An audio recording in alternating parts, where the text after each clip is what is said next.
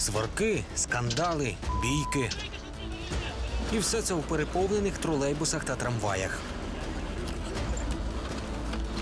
Чому громадський транспорт в Україні нерідко нагадує кіношні сцени про битву за Трою?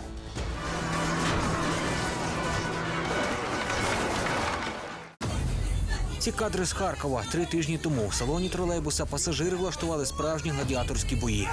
Агресивний чоловік накинувся на 2 інших. Одного відлупцював і виштовхав із салону. Другого вдарив так, що той знепритомнів.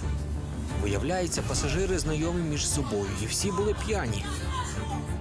Громадський транспорт в Україні щодня перевозить мільйони пасажирів. Досить часто автобуси, тролейбуси і трамваї переповнені. В салоні духота. На дорозі може утворитися затор. У таких умовах достатньо маленької іскри, аби розгорівся конфлікт неймовірної сили, наголошує психолог. Неправильно брошенный взгляд. Все что угодно. Одежда, не соответствующая стереотипам, стандартам мышления конкретной личности. Но я уже не говорю о том, что чьи-то выражения, высказывания, чье-то поведение.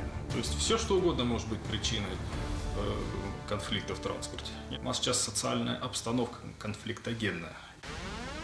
Нерви не витримують і у водіїв. Це відео зняли пасажири маршрутки в Києві. Шофер влаштував розбірки на очах у пасажирів. За словами очевидців, у такий спосіб він вирішив виховати іншого водія, який підрізав його на дорозі.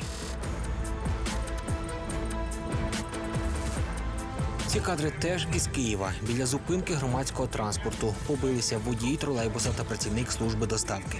Конфлікт спалахнув, бо велика машина ледь не зачепила кур'єра, що рухався дорогою на велосипеді. Пассажиры между собой могут и повздорить, и подраться, и выплеснуть энергию свою, конфликтогенную. Когда вот это вот накопление этих негативных эмоций, этой энергии негативной, превосходит критическую массу, водитель естественным образом срывается. Інколи водії взагалі втрачають здоровий глузд. В Одесі шофер, наче останнього п'яницю, витяг із маршрутки чоловіка, який знепритомнів під час поїздки. Очевидці стверджують, пасажир був тверезий, його забрала швидка. Нерідко конфлікти виникають через гроші. Це кадри з Харкова. Чоловік зайшов до маршрутки із собакою на руках. Дав водію крупну купюру, а той взяв за проїзд за 2. І знову скандал. 2 билета и сдачи, пожалуйста.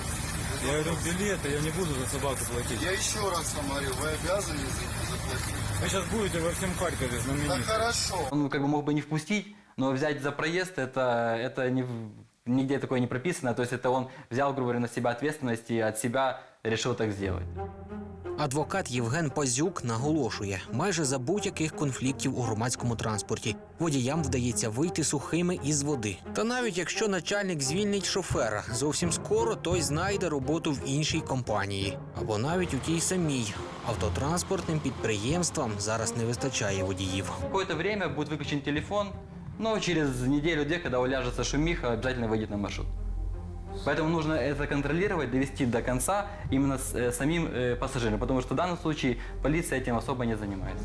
79-річна Марія Федорівна потрапила до лікарні через те, що водій тролейбуса придавив стареньку дверима. Я спустилась на одну порожку, на вторую, на третью хотела уже на землю ставить ногу, а он закрыл двери и поехал. Конечно, я потащилась за троллейбусом, а потом он открыл двери, и я рухнула. Швидше за все, шофер не зробив це навмисно, але й допомагати постраждалій не поспішав. Вийшов із транспорту лише тоді, коли пасажирку забирала швидка. Он стоял возле бабушки.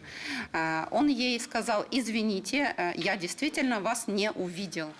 Психологи наголошують, громадський транспорт – це місце, де порушено будь-які межі персонального простору. У Тисняві ви можете стояти впритул до іншої людини, яку б ніколи не підпустили так близько. Саме тому всім пасажирам варто запасатися терпінням і триматися якнайдалі від агресивно налаштованих людей. Будьте чемними і не намагайтеся довести свою правоту. Це ще більше розлютить вашого опонента і може спровокувати бійку. Гражданин, уступите место, встаньте. Если я встану, ты у меня ляжешь. Якщо ж на ваших очах просто під час руху розгорівся конфлікт, повідомте водія, зупиніть транспорт і викличте поліцію. А от самостійно розбороняти агресорів небезпечно.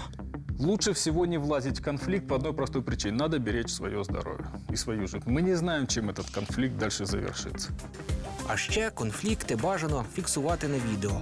У суді ваші кадри можуть стати вагомим доказом чиєїсь провини.